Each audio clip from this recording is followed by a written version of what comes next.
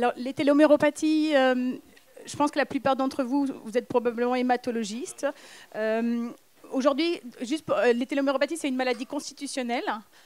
Juste derrière, je vais un peu vous présenter ce qu'on appelle une téloméropathie en 2019.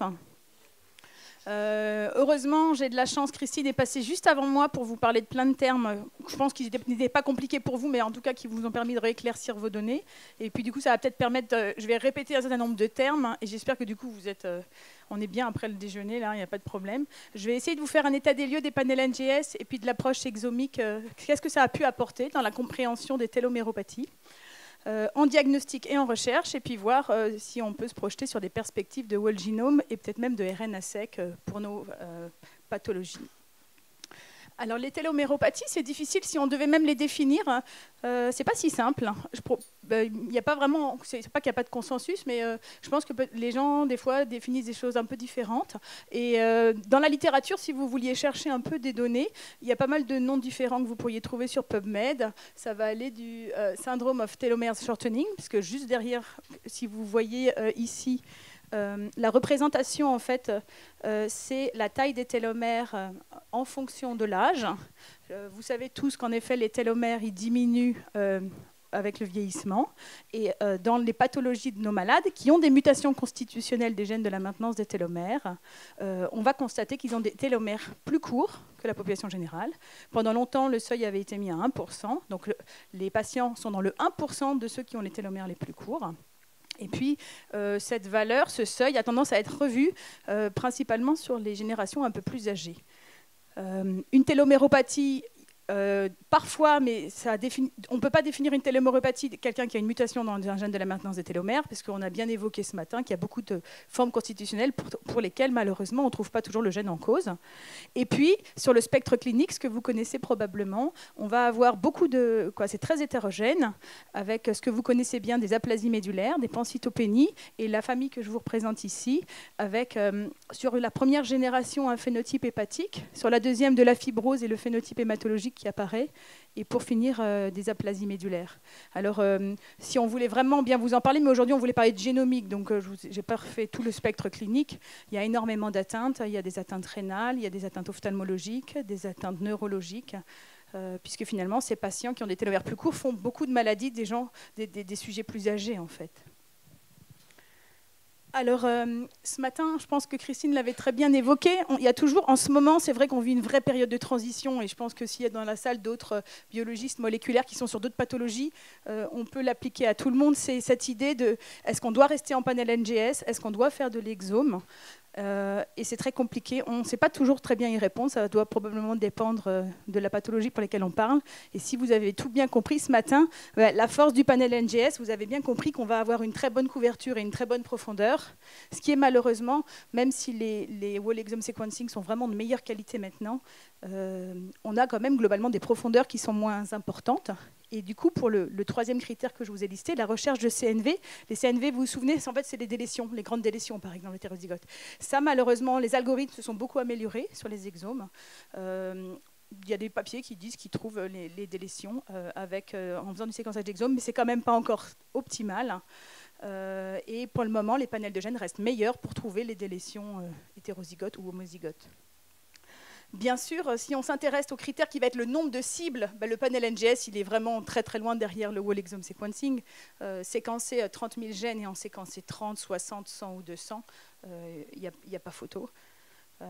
Et donc, bien entendu, par rapport à ce critère du nombre de cibles, quand on est dans une thématique de recherche de nouveaux gènes, ou si on est sur une pathologie très hétérogène ou une pathologie syndromique où il peut y avoir beaucoup de gènes en cause, on va privilégier très souvent le whole exome.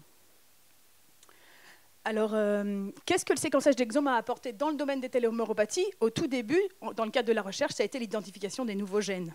Alors, je me suis permis, vraiment aujourd'hui, c'était pas l'idée, c'était pas de vous faire des listes de gènes, mais plutôt de vous raconter une histoire. Et ben voilà, si je vous mets un petit peu, alors ceux qui connaissent très bien vont me dire que j'ai pas mis STN1, mais le but c'était de montrer, ça fait 20 ans maintenant que les premiers gènes ont été identifiés par des approches qui sont plus anciennes, que vous connaissez, les recherches de déséquilibre de liaison sur des maladies récessives, on faisait de l'homozygosity mapping.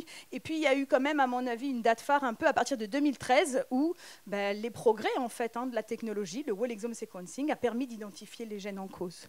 Et donc ça va commencer avec le gène RTL1, le gène PARN, et le gène NAF1. Alors, je vous ai mis cette diapo, je ne sais pas si vous êtes tous connaissez bien les téloméropathies. Pour les hématologues, ça va être l'insuffisance médulaire. Les pédiatres connaissent bien la dyskératose congénitale, il y a cette triade. Et puis, je vous ai scindé en deux et je vous ai mis la fibrose au-dessus, parce que finalement, les patients les plus nombreux qui ont des téloméropathies, c'est ceux qui ont des fibroses pulmonaires. Et finalement, cette recherche sur les gènes en cause dans les téloméropathies, probablement que cette cohorte de malades qui ont des fibroses pulmonaires monogéniques vont aider à mieux comprendre les téloméropathies, puisqu'un grand nombre de ces fibroses pulmonaires sont des téloméropathies. Alors, qu'est-ce que le séquençage d'exome a apporté d'autre? Bien sûr, il y a des gens qui font des séquençages d'exome sur des pathologies qui ne sont pas au premier abord des téloméropathies, et puis ils tombent sur des gènes de téloméropathie. Et c'était exactement ce qui est arrivé l'année dernière sur un papier qui étudiait des patients qui avaient un phénotype, donc des maladies de l'adulte, du rein, chroniques, inexpliquées.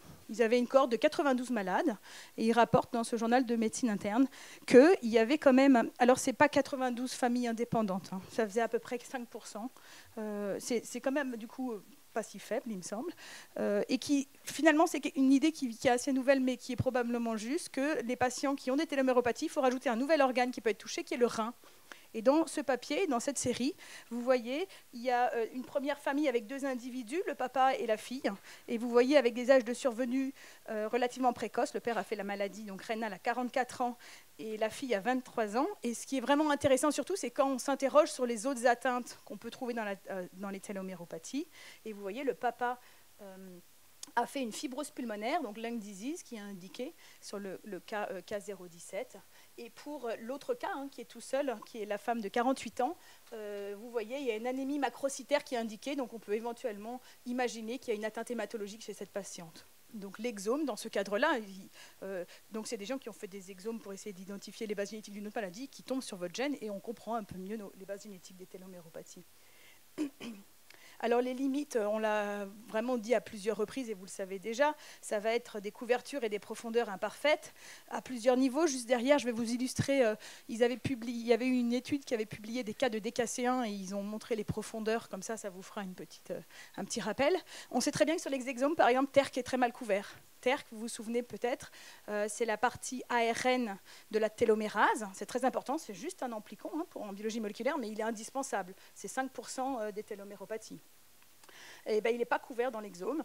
Moi, dernièrement, j'ai été sollicitée sur un cas de Genève et on m'a demandé, j'ai relu les données et j'ai lu dans leur compte-rendu. Il faut une approche par exome, ce qu'évoquait Christine ce matin. Hein. Ils font un exome et ils lisent qu'une liste de gènes. Et ils disaient qu'ils faisaient un séquençage Sanger-TERK parce qu'il n'est pas dans l'exome. Donc il faut savoir, quand on lit un exome, il n'y a pas de gène TERK dans la plupart des kits. Et puis, comme vous le savez, dans un exome, au niveau des régions introniques ou des promoteurs, c'est pas très bien couvert. Et je vous parlerai juste après de notre intérêt pour le promoteur de TERT. Alors, ça, c'était un papier un petit peu ancien de 2013 où l'équipe de Marie Armagnos avait décrit quelque chose de pas très original. C'était des femmes qui avaient des mutations dans le gène DKC1. Vous vous souvenez peut-être que le gène DKC1, c'est un gène lié à l'X, donc c'est plutôt les garçons qui vont avoir un phénotype assez sévère, hein, globalement. Et puis, ils avaient montré, ils avaient en fait des femmes chez qui ils avaient un phénotype de dyskératose congénitale inexpliqué. Et ils les avaient passées en exome. Et puis, je trouvais que ce n'était pas inintéressant de vous montrer, vous vous souvenez, Christine vous a montré les profondeurs tout à l'heure. Et bien, pour la mutation qui est la tréonine 49 sérine, vous voyez, cette profondeur, elle est à 2x. Et c'est juste pour vous dire qu'en routine, à 2x, on n'aurait même pas lu l'amplicon. Hein. Eux, ils savaient très bien ce qu'ils voulaient, donc ils ont pris leur liste de gènes candidats et ils sont allés de façon manuelle regarder pour chaque région ce qu'il y avait ou pas. Il faut tout de suite, en routine, ce n'est pas du tout faisable pour nous. Hein. Donc là, ils l'ont trouvé. Et puis l'autre, vous voyez, était beaucoup mieux couverte. Et ils ont représenté dans cette figure ici, vous voyez, donc dans un exome, la couverture est relativement hétérogène. Et ce que j'évoquais tout à l'heure sur le gène TERK, en effet, eux aussi, ils n'ont pas le gène TERK qui est manquant à nouveau. Et dans les exomes, je vous disais, on a les régions introniques, les régions promotrices qui ne sont pas présentes. Ça peut nous intéresser. Il y a des mutations qui sont décrites dans un certain nombre de maladies constitutionnelles dans le promoteur. Et puis, vous avez peut-être suivi dans la littérature que dans les téloméropathies, depuis 2 ans, il y a eu 2 papiers qui ont montré nos patients qui ont des mutations germinales d'un gène de la maintenance des télomères ont tendance à avoir dans leur sang des mutations somatiques du promoteur de TERT. Et donc c'est un avantage sélectif, cellulaire, et il montre en fait sur des lignées lymphoblastoïdes que ça contrebalance en fait cet effet délétère de la mutation qui diminue l'activité de TERT. Ces mutations somatiques, vous les connaissez probablement très bien, elles sont décrites dans les tumeurs. C'est des mutations, juste je suis allée un petit peu vite, mais vous vous souvenez, qui modifient en fait la séquence de façon à ce que les facteurs de transcription aient plus d'affinité, donc ça augmente l'expression de TERT. Et ben, nos patients qui ont ces déficits congénitaux vont sélectionner, c'est sûr, les cellules, elles ont un intérêt en fait à sélectionner ces mutations acquises au hasard. Et donc il y a eu un premier papier qui était de l'équipe de Marion, c'est Christine Garcia aux États-Unis qui travaille sur les fibroses pulmonaires uniquement. Elle en a typé 199, donc 200 on va dire. Ils ont trouvé 5% de mutations, mais ma diapo, je ne sais pas si elle est claire, mais en fait il y a 3 mutations dans le promoteur de TERT, ils en ont cherché que 2 à l'époque. Et puis dernièrement, l'équipe de Rodrigo Calado a montré, sur une cohorte qui était un peu plus hétérogène, mais plus d'individus. Il s'est intéressé aussi aux aplasies, c'était assez intéressant. Il montre que dans les aplasies médulaires, les patients ont aussi des mutations, mais avec un taux moins important, avec cette idée en fait que la mutation somatique, elle arrive aussi avec l'âge, et donc qu'il y a une probabilité qu'elle soit sélectionnée, plus les patients sont vieux et plus on la voit. Et nous, on a des données en cours dans le laboratoire pour un projet qui a été sélectionné par le CEREDI, et j'espère vous en dire plus à une prochaine réunion, mais il n'y a rien dans la littérature sur, peut-être une question qu'on pourrait nous poser, c'est qu'est-ce que ça fait au niveau clinique? Et il n'y a rien dans les 2 papiers publiés sur, c'est pas très très clair sur est-ce que c'est prédictif ou pas de myopsie. On a quelques idées là-dessus, mais je vous en dirai plus la prochaine fois qu'on se voit. Mais donc, ce promoteur de TERT, dans l'exome, nous ne l'aurions pas. Et en plus, avec une double contrainte, c'est que c'est une région donc qui est loin de ce qui va être séquencé, et qu'en plus, on a besoin de beaucoup de profondeur, puisque c'est un événement acquis qui peut être présent très faiblement, à 0,5%, 1%. Après, quelle est en fait la signification d'une mutation somatique à 0,5%? Ça, c'est une question que vous pourriez me poser. Mais donc, nous, au laboratoire, on le teste en PCR digital. Hein, la plupart des gens qui ont fait ces papiers ont fait de la PCR digitale. Ça, c'était un papier qui ne parle pas de téloméropathie, mais je trouvais que c'était très explicite, et peut-être, vous avez bien compris, Christine l'a dit tout à l'heure, mais si on compare, en fait, c'était des gens qui travaillent sur des maladies gastro-intestinales, il y avait la diarrhée, etc. Vous voyez bien, si on compare, en fait, l'exome qui est tout en noir, hein, et si on compare les panels qui sont en gris, ici, ils ont représenté la couverture. On voit bien que c'est vraiment meilleur quand on est sur un panel. Alors, ce problème de couverture, je crois que ça rejoint une question de Thierry tout à l'heure sur les délétions, peut-être. En effet, ce manque de couverture, ça ne va pas nous permettre, malheureusement, de pouvoir identifier correctement ce que les gens appellent les CNV, hein, les copy number variation, donc des délétions. Mais beaucoup de papiers sont en train de sortir et de chimie disent qu'on va s'améliorer là-dessus, et que donc dans pas si longtemps que ça, probablement que ce qui nous limite, on va pouvoir aller au-delà. Après, je vous ai parlé tout à l'heure, je vous ai dit, l'exome, ça a été très très bien pour identifier les gènes qui sont en cause, mais malheureusement, ça ne suffit pas. Vous le savez bien, dans l'expérience probablement de toutes les maladies pour lesquelles vous avez de l'intérêt. Dans les téloméropathies, il y a eu beaucoup d'exomes de fait. Les pneumologues américains, il y a eu beaucoup d'exomes de fait. Je pense que sur les dyskératoses, c'est pareil, et pourtant, il n'y a pas de nouveaux gènes qui sortent. Et on est donc sur ce que les gens appellent cette missing irritability, hein, comme pour beaucoup de pathologies, où finalement, on a un outil, mais ça ne suffit pas, et on peut l'expliquer de plusieurs façons. Pour les fibroses pulmonaires, on a on sait très bien pourquoi on ne trouve pas, en fait. D'abord, on est sur une hypothèse dominante. Je pense que ça, c'est peut-être quelque chose qui était important à évoquer aussi. Christine en a parlé un peu ce matin, mais quand on vous rend un résultat de génétique, c'est très lié au mode de transmission quand même. Et c'est vrai que quand on est sur des maladies dominantes, je sais que ça peut paraître de le dire à voix orale, mais une maladie, un gène qui est transmis sur un mode autosomique dominant, c'est plus difficile à rendre qu'un gène qui est transmis sur un mode autosomique récessif, simplement parce qu'une seule variation. Quand vous en avez deux, quand vous avez un variant de signification inconnue et puis que de l'autre côté, vous avez un variant qui a un effet fort, rien que dans les règles d'interprétation qu'évoquait ce matin Christine, là, les règles de Richards, c'est un facteur fort en fait. Donc voilà, c'est plus simple.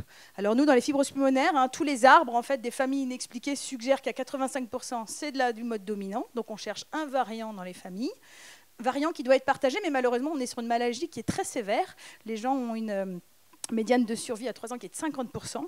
Et donc, on a des toutes petites familles. Moi, des fois, je suis jalouse de mes collègues qui me parlent sur des pathologies. Ils ont des familles 5. Nous, on a des toutes petites familles. Donc, quand on confronte les données exomiques de 2 individus, quand on a de la chance, ou 3, c'est difficile et il en faudrait plus pour pouvoir que la liste, j'aurais pu faire comme tout à l'heure, Christine, un filtre, et il en reste trop, en fait, tout simplement. On est sur une maladie avec de la pénétrance incomplète, c'est à peu près certain. Si on avait parlé plus peut-être de maladies aujourd'hui et pas de génomique, je vous aurais montré tous les arbres qu'on a où on a des porteurs, on pourrait dire sains ou asymptomatiques. Et donc ça aussi, c'est pas si simple quand on mène l'étude génétique au sein de la famille. Et puis, on a ce que je vais évoquer aujourd'hui et que vous connaissez peut-être, l'héritabilité épigénétique des téloméropathies.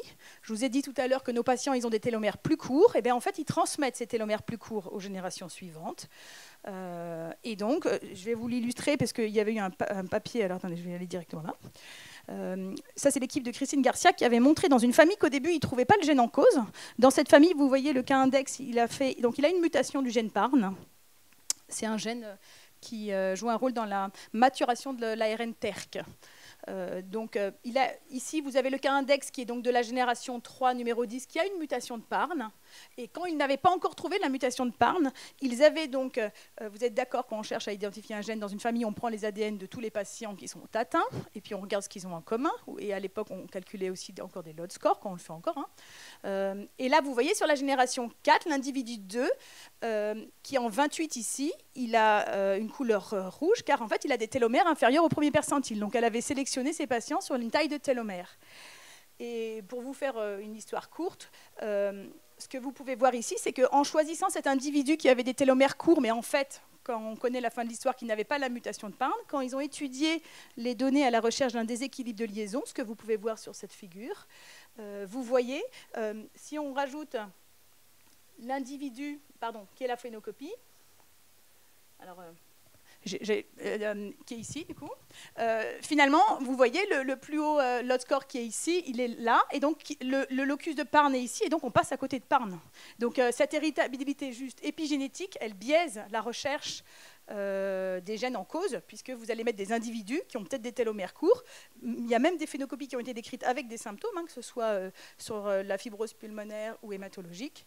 Et donc, voilà, c'est juste pour vous dire que ça complexifie. Et même si on a des techniques très performantes, on n'arrive pas à identifier les gènes qui restent. Alors, sans aucun doute, et Christine l'a bien dit ce matin, quand on a des phénotypes chevauchants, c'est un vrai apport de faire du séquençage d'exomes. Et pour tout vous dire, à ce stade de la discussion, on en discutait un peu au déjeuner, les coûts sont vraiment en train de tellement diminuer. À un moment, on était encore dans un ratio où on avait 2 panels égale un exome ou 3 panels. Mais maintenant, on va probablement arriver au coût de l'exome qui sera quasi le prix d'un panel ou un et demi. On n'est pas très très loin quand même. Et cette question, puisque finalement ça va être une question aussi de coût, c'est de se dire est-ce que ça vaut la peine de faire un grand nombre de panels et pas de passer en exome. Et donc pour les phénotypes chevauchants, c'est certain qu'en effet, faire de l'exome, c'est mieux que que vous envoyez sur plein de labos différents des panels distincts. Et bien entendu, les insuffisances médulaires, mais probablement Jean l'évoquera tout à l'heure, c'est tellement de maladies distinctes que c'est sûr que faire un exome, ça peut être certainement une bonne idée pour toucher à tous ces gènes, puisqu'on sait que des malades peuvent avoir des formes qu'on n'aurait pas suspectées d'emblée, comme des Schwachman ou des Blackfan, et puis j'ai en tête plusieurs cas qu'on a eu en commun avec les collègues qui finalement s'avéraient être ces cas-là, mais pas du tout dans leur forme classique.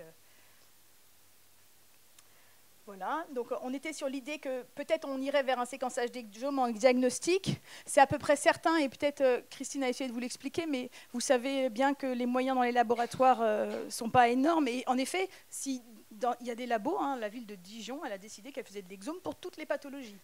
Un jour, on leur a demandé de faire un gène qui s'appelle RMRP. Ils ont dit non, vous faites de l'exome pour un gène. Du coup, c'est arrivé à Bichat, parce que nous, on fait encore les panels et du sanguin, mais il y a des gens qui font ça. Et en fait, je pense qu'ils sont gagnants en termes d'organisation. Vous avez une équipe de techniciens à qui vous demandez, tout le monde peut faire de l'exome. Les panels de gènes, comme disait Christine, c'est compliqué. Et c'est normal, il faut qu'on les mette à jour avec les nouveaux gènes. Mais à chaque fois qu'on les met à jour, on a aussi nos contraintes maintenant en termes d'accréditation CROFRAC, où on doit valider correctement nos panels. Donc ça demande d'aller faire des séries et prouver qu'on a validé nos gènes. Et ça, c'est très fastidieux. Et finalement, je pense que tous les biologistes dans la salle qui sont là, peut-être se disent, bon, bah, l'exome, c'est pas extraordinaire, on l'a dit, pour des couvertures de profondeur, mais ça va peut-être régler un certain nombre de problèmes qu'on a et d'énergie qu'on met sur plein de panels distincts qu'on doit maintenir à jour. Puis à chaque fois qu'il est à jour, du coup, il faut qu'on revienne sur les précédents cas pour qu'il manque un gène. Donc voilà, c'est une vraie question, je pense qu'on en discute tous, on en discutait au déjeuner. Et voilà, cette question demeure vraiment, est-ce qu'on doit passer de l'un à l'autre? Il y a aussi, moi des fois, je me suis permis de mettre expérience suisse ou belge, je ne sais pas s'il y a des Suisses ou des Belges dans la salle, et j'espère, j'ai pas du tout fait une enquête, hein, donc c'est pas du tout rigoureux, c'est juste des choses qu'on me dit quand je suis au téléphone avec des collègues, mais c'est des pays qui, vous savez, réglementent, je pense, un peu plus, et sont plus contraignants sur les prescriptions, et dans ces pays, par exemple en Belgique, ils n'ont pas le droit à plusieurs panels. Et moi, il me semble que dans certaines pratiques, que les malades, au-delà du fait que ça coûte cher et qu'ils aient plusieurs panels, est-ce que c'est une bonne idée? Mais c'est surtout le temps qu'on prend à vous les rendre en plus et qu'on est tous embolisés par le nombre de prélèvements qu'on reçoit. Donc c'est vrai qu'à partir du moment où on fait 2 ou 3 panels, ça, probablement que de passer en exome est une vraie bonne idée. Bien entendu, ça va être un compromis de la performance des techniques, des coûts, de l'organisation dans les laboratoires, de l'urgence de la prescription aussi, hein, tout simplement. Et on avait entamé un petit travail avec Amélie, mais on peut peut-être, qu'on va essayer qui vous avait envoyé un questionnaire pour les différentes pathologies, les panels, et ça, je pense qu'il y a peut-être un vrai travail à mener. Malheureusement, je crois que ça ne dépend pas que de nous, mais aussi de nos directions. C'est pas si simple que ça, nous, pour la biologie, pour l'activité, mais il y a une vraie question. Je pense que peut-être il y a vraiment quelque chose à faire là-dessus. Et la limite, ça reprend un peu elle avait un peu la même figure tout à l'heure, mais c'est la même, on est empêtré dans nos datas, et c'est comment trouver l'aiguille dans la botte de foin, hein, que ce soit pour l'exome ou pour le génome. Et cette difficulté d'interprétation, si on vous le dit, si Christine vous le dit, je pense que tous les collègues vous le disent, c'est comment on rend les classes 3, c'est surtout qu'en fait on ne les rend pas tous pareils, et surtout de dire que je pense qu'il y a des labos experts qui font des choses et qui connaissent bien leurs gènes, et c'est important. Moi je suis sûre que si je faisais une étude des variants TERT que je rends en mutation, il y en a plein qui les mettraient en classe 3, et pour le moment on ne s'est pas énormément trompé, on connaît les gènes. En fait, les classes 3, dans la classification qu'évoquait tout à l'heure Christine, qui s'appelle la classification de Richards, vous allez mettre en classe 3 un variant qui est très rare, et un faux sens prédit délétère, il ne peut pas monter de classe. On nous dit qu'il n'y a pas assez d'arguments. Mais moi, ce que je sais, puisque ça fait 10 ans que je travaille sur TERT, c'est que 85% des mutations de TERT, c'est des faux sens rares, prédits délétères, et des fois pas prédits délétères. Donc, alors, heureusement, on va s'appuyer sur quelque chose qui est vraiment important pour nous, qui est la taille des télomères. Et je parle aujourd'hui d'Élodie Lenné, que vous connaissez probablement. C'est elle qui fait la taille des télomères dans le labo de Lydie, qui est ici. Elle fait ça très bien. C'est indispensable, c'est le gold standard. Alors, je crois que j'avais fait je ne sais plus si je l'ai mis là, voilà.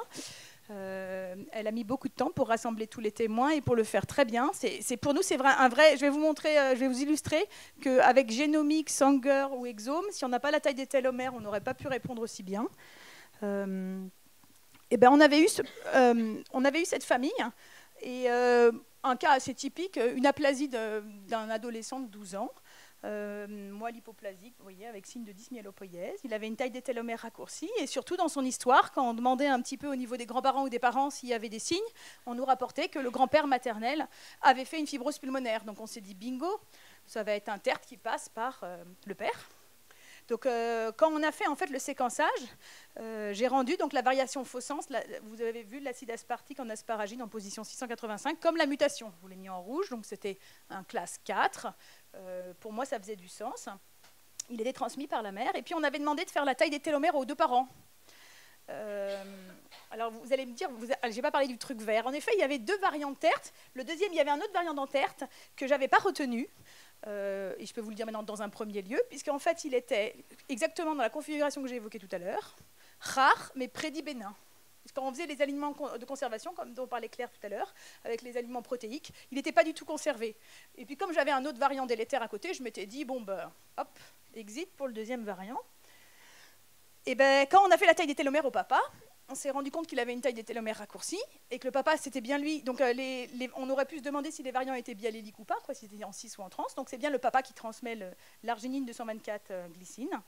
Et finalement, on ne peut pas du tout exclure le fait que cet enfant, en fait, il ait une forme biallélique puisque le papa... Et donc, les 2 variants doivent être rendus comme pathogènes. Et en fait, on aurait quoi, voilà, c'était juste pour vous dire, c'est grâce à cette taille des télomères qu'on a pu pas laisser ce n'importe quel labo aurait laissé de côté le deuxième. Voilà, donc je vous ai dit le gold standard, donc prendre rendez-vous avec Elodie, c'est important puisqu'il faut qu'elle puisse gérer la file d'attente et elle est très demandée. Et ben voilà, j'arrive à mes perspectives. Je ne vais pas reparler des préindications HAS. Le whole genome, peut-être ça vous paraît un peu vague, mais juste j'ai une collègue qui travaille sur le Marfan au labo qui m'a dit on avait une famille inexpliquée depuis des années et on a compris ce que c'était par un génome. Et en fait, c'était une translocation génique. Voilà, donc on voit, quelqu'un a posé une question qui ressemblait un peu à ça tout à l'heure. C'était une translocation. Il fallait faire ça. Bon, ça, et puis, le whole genome, ça va nous permettre de voir les variations qui sont plus loin, d'aborder les hérédités complexes. Et puis, moi, je vous avais rajouté une petite piste aussi, c'est faire du RNA sec. Peut-être, il y a des papiers qui sont sortis récemment. J'ai vu que sur des maladies mitochondriales, il y a des gens qui se sont mis à faire du RNA sec. Donc, dans le cadre plutôt séquence, aller voir les variants, les mutations d'épissage, des variants plus profonds. Et puis, c'est surtout, en effet, le défi, je pense, de notre ère post-génomique, c'est les tests fonctionnels. Hein. C'est le meilleur phénotypage de nos malades. On ne s'en sortira pas autrement. Et ça va être quelque chose qu'il va falloir qu'on mette en place avec tout le monde. Merci de votre attention.